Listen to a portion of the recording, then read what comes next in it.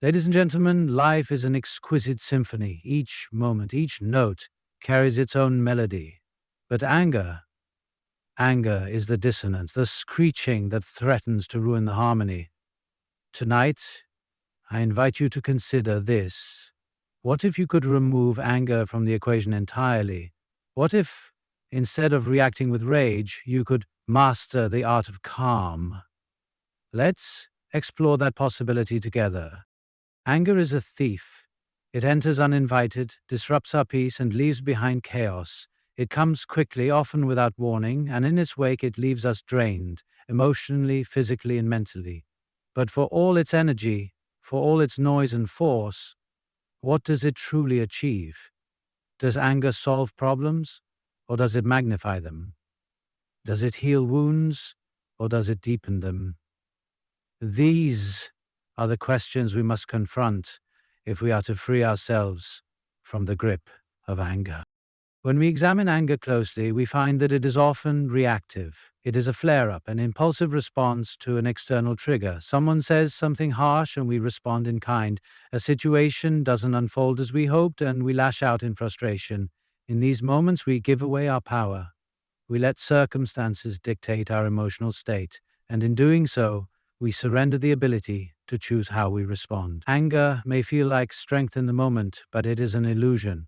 True strength lies in restraint, in the ability to remain steady when the world around us feels unsteady. Think about the aftermath of anger. The shouting match with a loved one, the hasty decision made in a fit of rage, the cutting words spoken that we can't take back. These moments leave scars, on others and on ourselves. The damage may not always be visible, but it lingers. A relationship strained, a trust broken, a moment of peace shattered. And for what? What did anger resolve? What problem did it fix? The answer is often painfully clear. None. There is a deceptive allure to anger. It feels powerful. It feels justified. We tell ourselves we're standing up for something or defending our dignity. But when the storm passes, when the heat of the moment fades, we are left with regret more often than satisfaction. We are left to pick up the pieces, to mend what has been broken. Anger, in truth, does not build. It does not create. It destroys. And the irony is that we are often the ones caught in the destruction. But here's the truth. Anger is not inherently bad. It is a natural emotion, one that has its place. It can signal that something is wrong, that a boundary has been crossed, that a situation needs attention. The problem is not anger itself, but how we handle it. Do we let it consume us, or do we channel it into something constructive? Do we allow it to dictate our actions, or do we pause and reflect before responding? These choices make all the difference. To overcome anger, we must first understand it. It thrives on immediacy, on impulsiveness. It demands action in the heat of the moment. But what if we didn't give in? What if instead of reacting, we paused, took a breath, allowed the initial surge of emotion to subside? In that pause, there is clarity. In that stillness, there's power. We see the situation for what it is, not through the distorted lens of anger. We must also recognize that anger often stems from pain. Beneath the surface of anger lies hurt, fear, or frustration. When we acknowledge this, we can approach situations with compassion for ourselves and for others. Compassion does not mean condoning wrongdoing. It means understanding that we are all human, prone to mistakes and missteps. It means choosing to respond with grace instead of aggression. Hello? And finally, we must remind ourselves of what truly matters. Life is too short, too precious to be spent in anger. Time spent angry is time lost. Time that could have been spent laughing, connecting, creating, or simply being at peace. Anger is a thief, yes, but only if we let it be. Only if we give it the power to steal from us. When we see anger for what it is, a fleeting emotion, not a permanent state, we can choose to let it pass. We can choose to hold on to our peace instead of giving it away. And in doing so, we reclaim our power. We take the first step toward a life free of anger's grip, a life of clarity, of calm, of true strength. Perspective is a powerful thing. It shapes the way we see the world, the way we interpret events, and ultimately the way we respond to them. When anger takes hold, it often does so because our perspective has narrowed. We see only the offense, the insult, or the frustration in front of us. We focus so intensely on the immediate trigger that we lose sight of the bigger picture. But here's the secret. The key to diffusing anger often lies in expanding our perspective, in stepping back and viewing the situation through a broader, more compassionate lens. When we are angry, our minds tend to simplify. We reduce complex situations to black and white. They were wrong, we were right. They hurt us, we are the victim. But life is rarely that simple. People are rarely that simple. Often, what we perceive as an intentional slight or deliberate harm is, in reality, the result of misunderstanding, miscommunication, or someone else's own struggles. People are navigating their own battles, stress, insecurities, fears, pressures that we may never see. Their actions are not always about us, even though it might feel that way in the moment. Imagine a driver cutting you off in traffic. The immediate reaction for many of us is anger.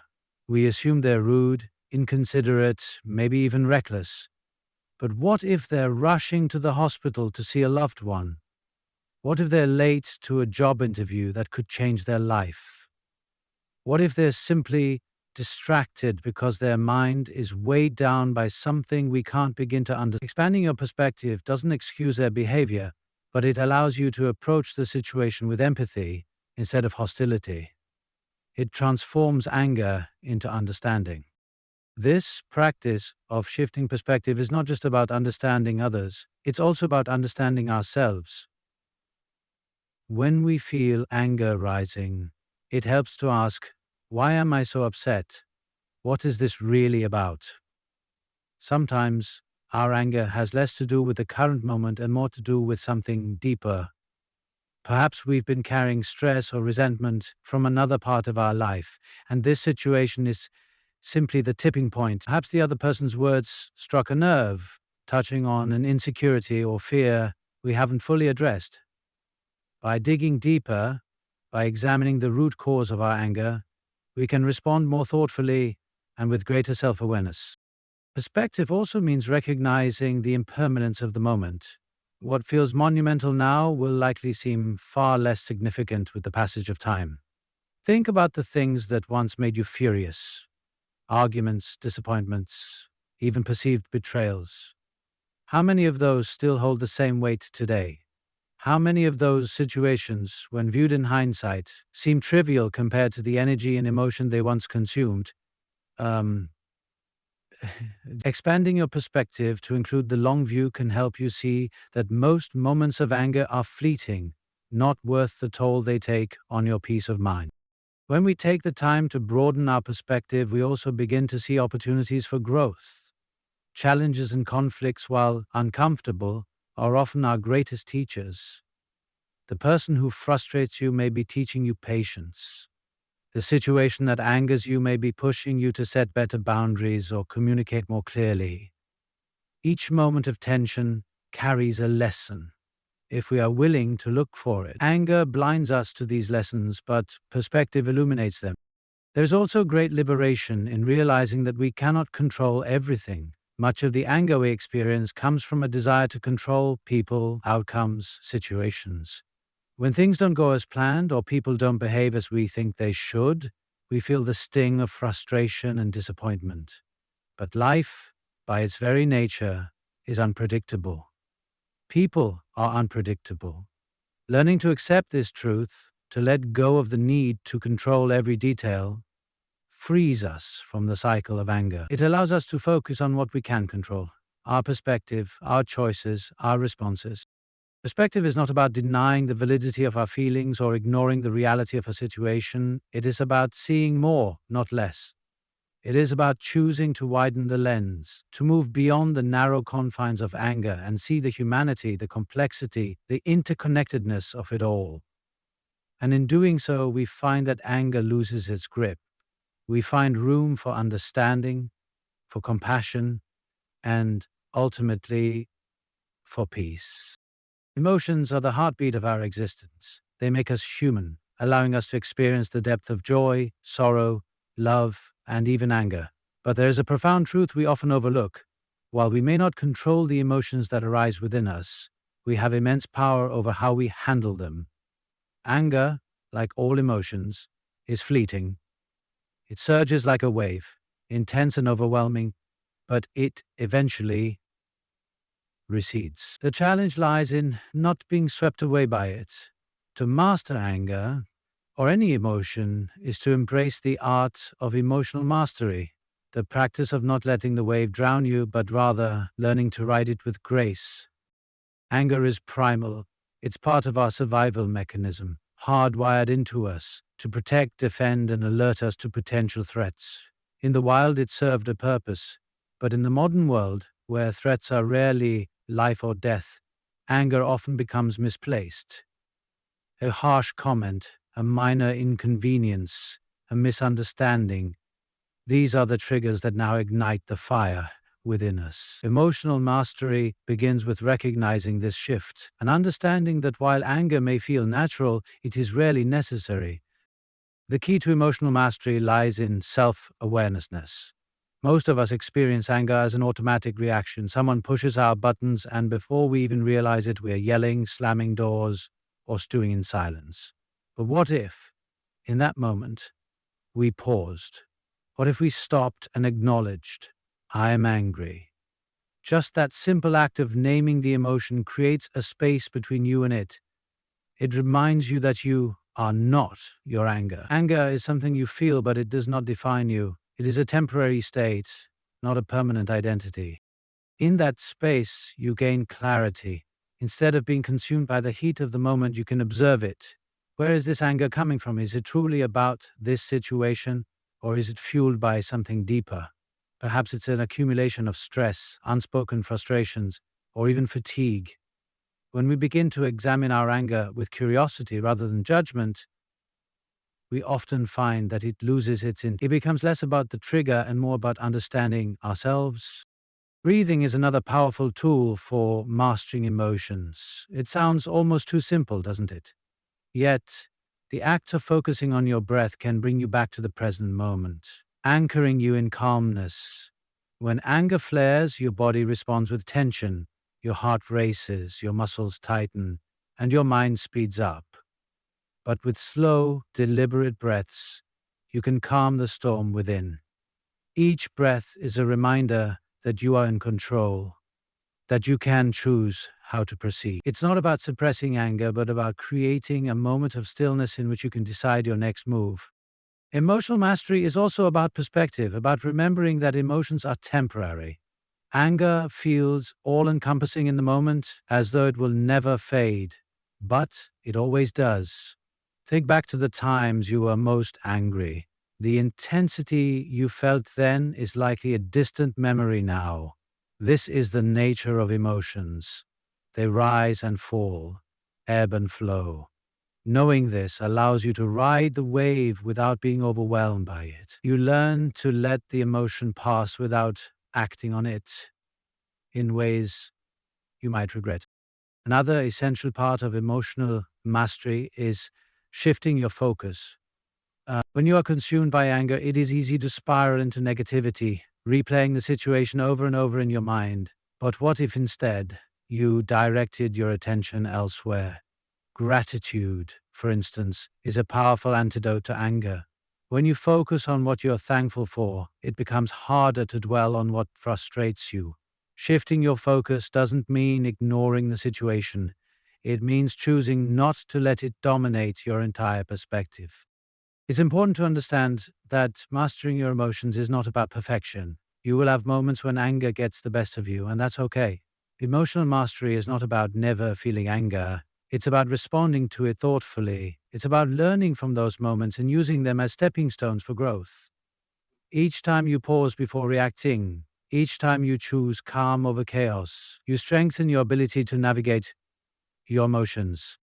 At its core, emotional mastery is about reclaiming your power. When you allow anger to dictate your actions, you give it control over your life. But when you master your emotions, you become the one in charge. You decide how you respond, how you move forward, how you live. And in that mastery, you find freedom. Not freedom from anger, but freedom from being ruled by it. You become the steady force, the calm within the storm, unshaken and unyielding, no matter how high the waves rise. Letting go is one of the most liberating acts we can undertake, yet it often feels like one of the hardest. Anger clings to us, binds itself to our hearts and minds, feeding on our thoughts and replaying our grievances over and over. We carry it like a burden, believing that holding on to it somehow gives us power, protection, or even justice. But the truth is quite the opposite. Holding on to anger does not serve us. It diminishes us. It weighs us down, robbing us of peace and joy. The act of letting go is not a surrender to weakness. It is an embrace of strength. Anger often feels justified. Someone wronged us, betrayed us, or hurt us in ways that seem unforgivable. We believe that holding on to that anger is a way of keeping the scales balanced, a way of ensuring that the person who caused our pain doesn't escape accountability. But this is a misconception. Anger does not hold others accountable. It holds us hostage. It traps us in a cycle of resentment and bitterness, consuming energy that could be spent on healing, growth, and happiness. When we let go of anger, we are not excusing the actions that caused it. We are simply choosing not to let those actions control us any longer. There's a powerful metaphor that describes anger as carrying a burning coal in your hand, intending to throw it at someone else. The longer you hold on to it, the more it burns you. This is the nature of anger. It harms the one who carries it far more than the one it is directed at. The pain we feel when we replay old arguments, when we dwell on injustices, or when we cling to grudges, is self-inflicted. By letting go, we release the coal, we stop the harm we are doing to ourselves, and we allow the healing to begin. Letting go does not mean forgetting. It does not mean that the hurt never happened or that it didn't matter. What it means is that we refuse to let that hurt define us. We refuse to let it dictate our future. The past cannot be changed, but our relationship with it can. When we let go, we take back control.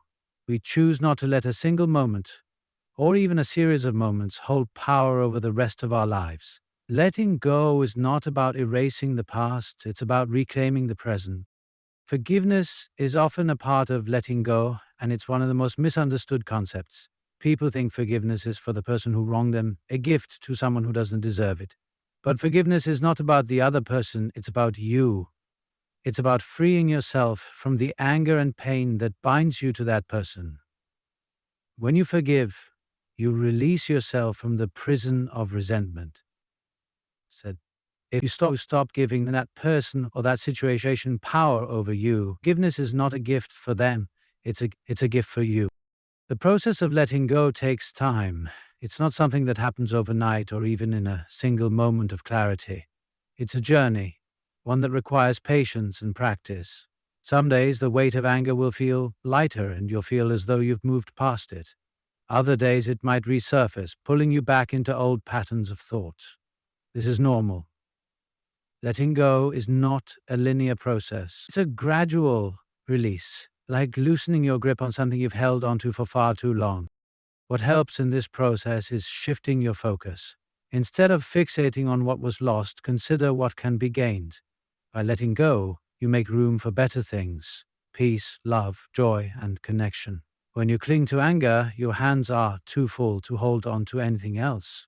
But when you let it go, you open yourself to new possibilities, to the beauty that life still has to offer. Letting go is not just about releasing the pain. It's about making space for healing and happiness. We often underestimate the power of the present moment. Anger keeps us anchored to the past, to things we cannot change. But when we let go, we free ourselves to live fully in the here and now. We can appreciate the small joys, the quiet moments, the opportunities to connect with others and with ourselves. The act of letting go is, at its core, an act of self-compassion. It is a way of saying to yourself, I deserve peace. I deserve happiness. I deserve to move forward. And letting go is not easy, but it is necessary. It is an act of courage, a testament to your strength. It is a choice, not to forget the pain, but to rise above it. It is the ultimate declaration of freedom, the moment you decide that your life will not be defined by anger, but by peace. And in that decision, you find not only healing, but a profound sense of liberation. Stillness is a rare commodity in today's world. We live in an age of constant motion, endless noise, and ceaseless demands on our attention. Every moment seems to urge us to act, to speak, to react without pause.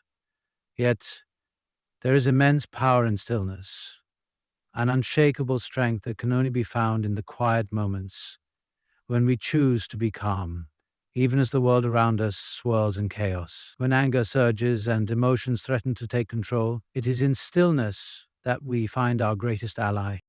Stillness is not passivity, it is not weakness or indifference. On the contrary, stillness is an act of extraordinary strength. To remain calm in the face of provocation requires discipline and courage. It is far easier to lash out, to raise your voice, to meet aggression with aggression. But to pause, to breathe, and to hold your ground with composure, that is true power.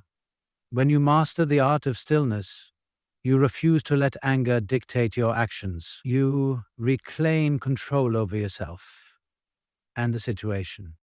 When you encounter a moment of anger, the immediate impulse is often to act, quickly, decisively, and without thought. But action taken in the heat of anger is rarely the right action. It is reaction, not intention. It comes from a place of turmoil rather than clarity. Stillness gives you the space to think, to evaluate, and to choose your response wisely. It transforms the immediate, chaotic reaction into deliberate action. It is not about inaction, but about thoughtful, purposeful action, born from a place of calm.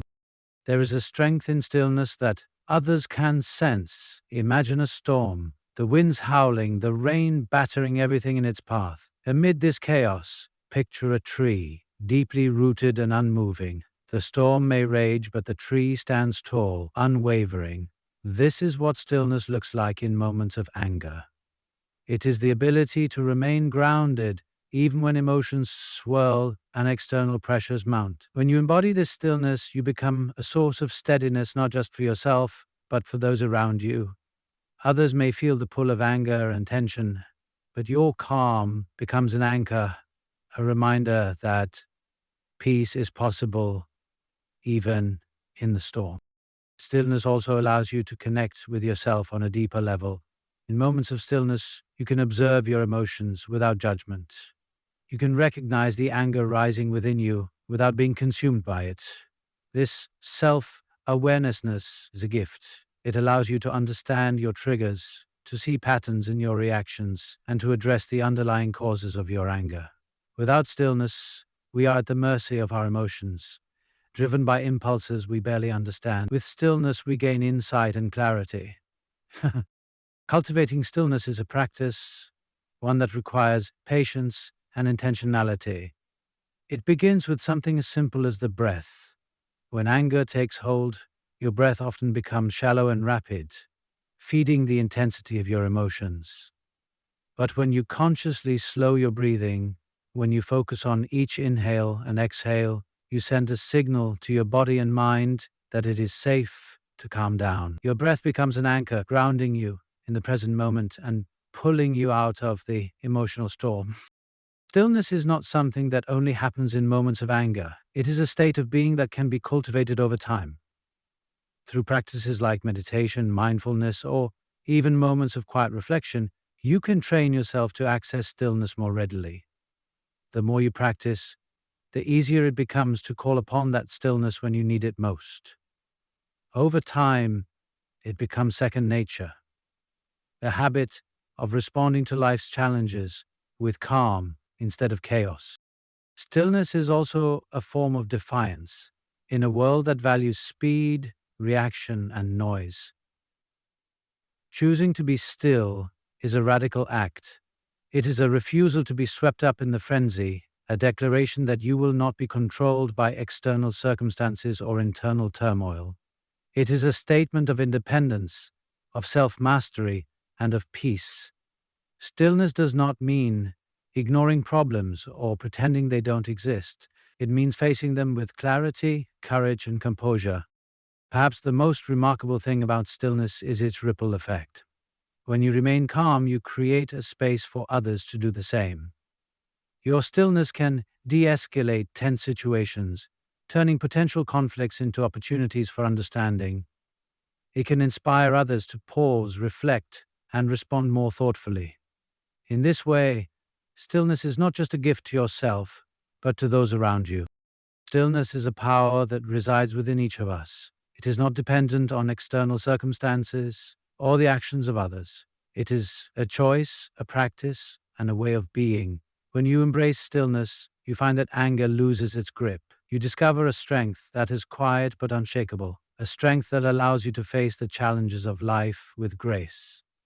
And in that stillness, you reclaim not just your calm, but your power. Compassion is often underestimated in its ability to transform not only our relationships, but also ourselves. When anger takes hold, it narrows our focus, placing us at the center of the story. We see our pain, our frustration, and the injustices done to us. But compassion invites us to step outside of that narrow frame and consider the experiences, struggles, and humanity of others. It shifts the narrative from me versus them to we, reminding us that behind every action, no matter how harmful or frustrating, is a human being with their own story. Anger often arises when we feel wronged, disrespected, or misunderstood. It's natural to feel this way, but compassion challenges us to ask, what might this person be going through? What pain, fear, or frustration could be driving their actions? This is not about excusing bad behavior or justifying harm. Rather, it's about recognizing that most people act out of their own struggles, not out of malice. The colleague who snapped at you may be overwhelmed with stress. The friend who let you down may be battling insecurities or distractions you're unaware of. Compassion doesn't condone their actions, but it creates space for understanding and, in doing so, softens the grip of anger.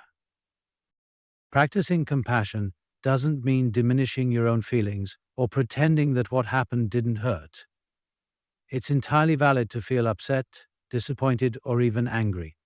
Compassion is not about suppressing those emotions. It's about balancing them with empathy.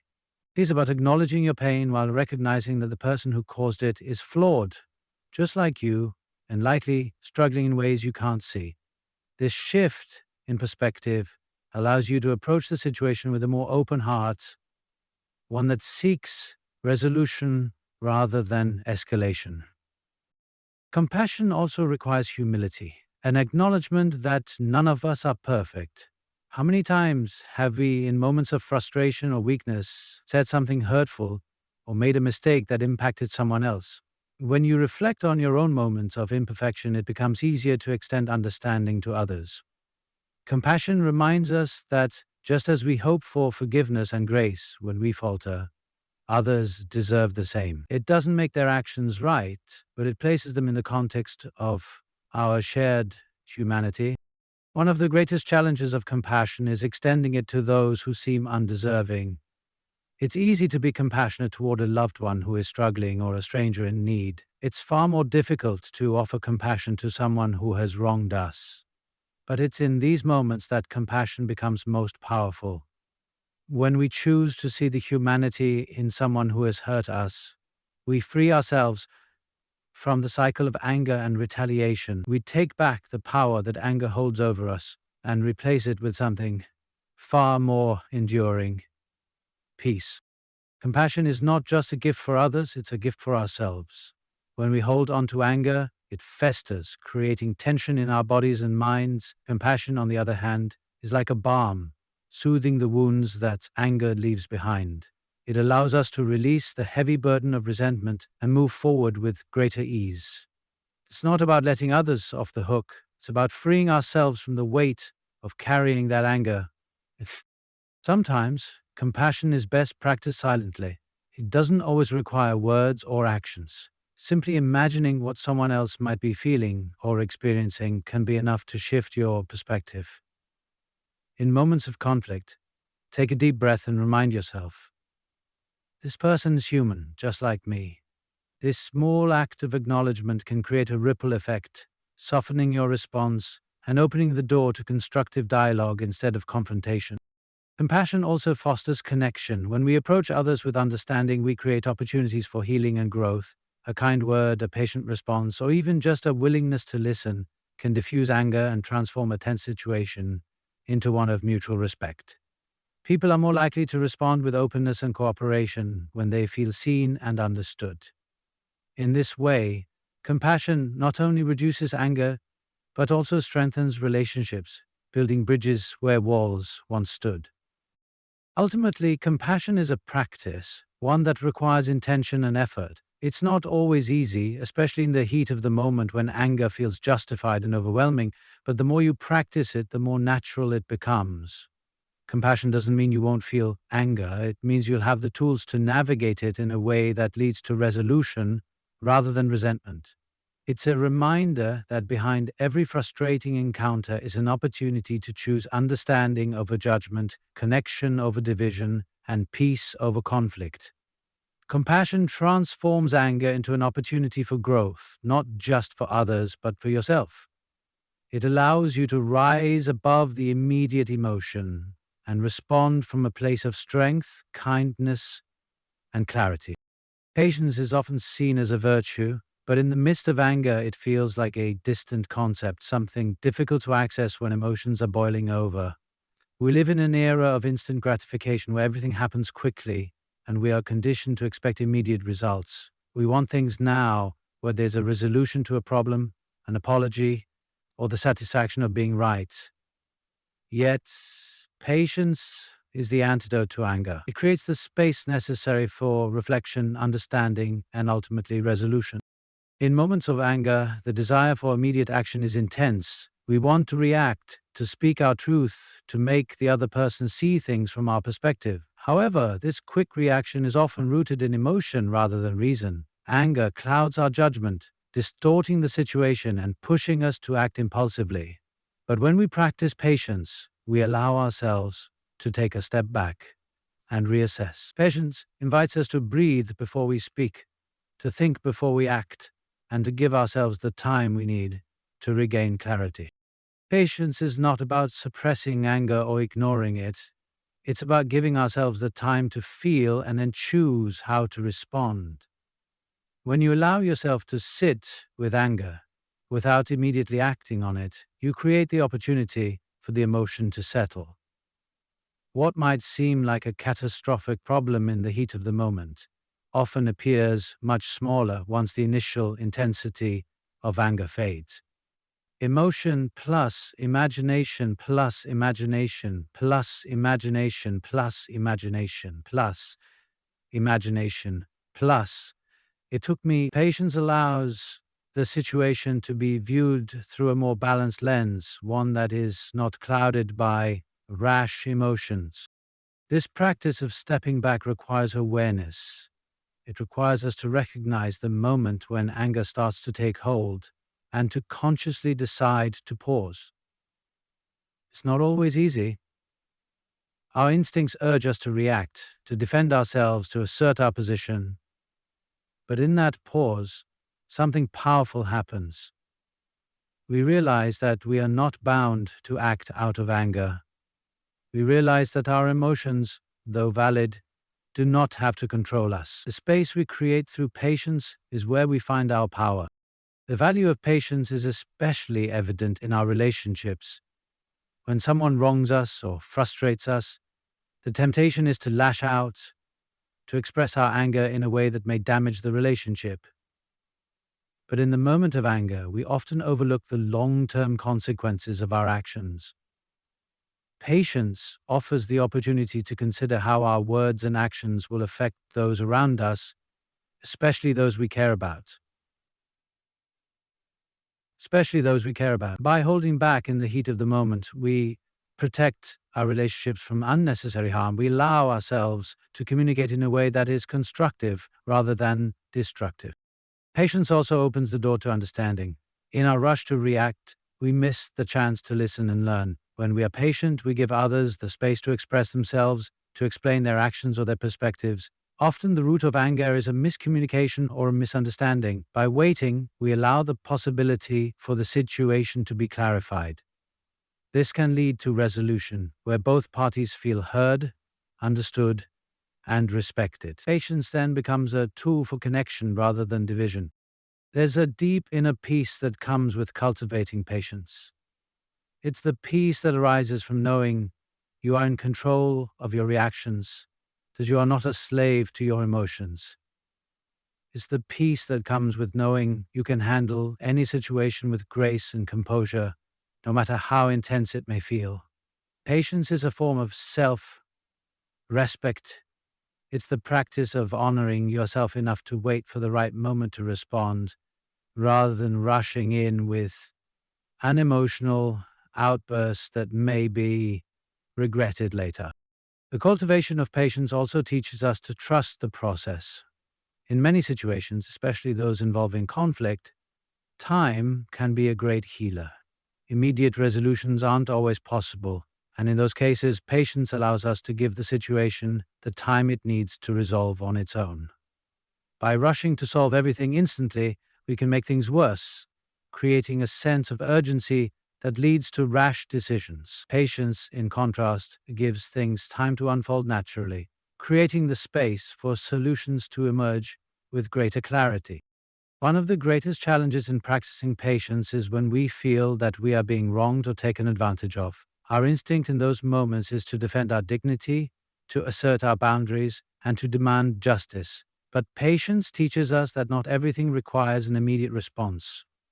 Often, when we feel wronged, we simply need time to reflect, to assess whether a response is truly necessary, and to consider whether the issue is worth the emotional energy it requires. Patience gives us the wisdom to know when to speak and when to remain silent, when to act and when to let things be. The beauty of patience is that it doesn't just transform how we handle anger, it transforms how we approach life itself. When we learn to be patient in moments of conflict, we also learn to be patient with ourselves and with the world. Life doesn't always unfold on our timeline, and things don't always go as planned. But patience teaches us to trust in the unfolding of life, to trust that things will work out in their own time, even if it doesn't happen as quickly or as neatly as we would like. By practicing patience, we allow ourselves to flow with life rather than resist it, embracing the unfolding process rather than trying to control every aspect of it. Patience is a practice, a slow, steady, and deliberate act of choosing to wait, to pause, and to allow things to unfold in their own time. When we embrace patience, we unlock the potential for deeper understanding, better relationships, and a more peaceful and composed life. And in that patience, we find the freedom to navigate even the most challenging situations with clarity, wisdom, and strength. In conclusion, the journey toward never allowing anger to control our lives is not an easy one, but it is undoubtedly a path to greater peace, strength, and wisdom. By choosing stillness, we create the necessary space to respond with clarity instead of reacting impulsively. Through letting go of anger, we release the burdens that weigh us down, opening the door to healing and freedom. Compassion allows us to shift our perspective, transforming anger into an opportunity for understanding and connection rather than division. Patience, the quiet strength within us, gives us the ability to pause and reflect before reacting, ensuring our responses are grounded in reason rather than emotion. These principles, stillness, letting go, compassion, and patience, are not just ideals but practices we must cultivate daily. They empower us to rise above the immediate rush of anger, to transform difficult situations into opportunities for growth, and to foster stronger, more meaningful relationships. Ultimately, the choice to never get angry again is not about denying our emotions, but about mastering them, taking back control, and choosing peace over conflict. In embracing these practices, we find not just freedom from anger, but a life filled with deeper peace, joy, and purpose.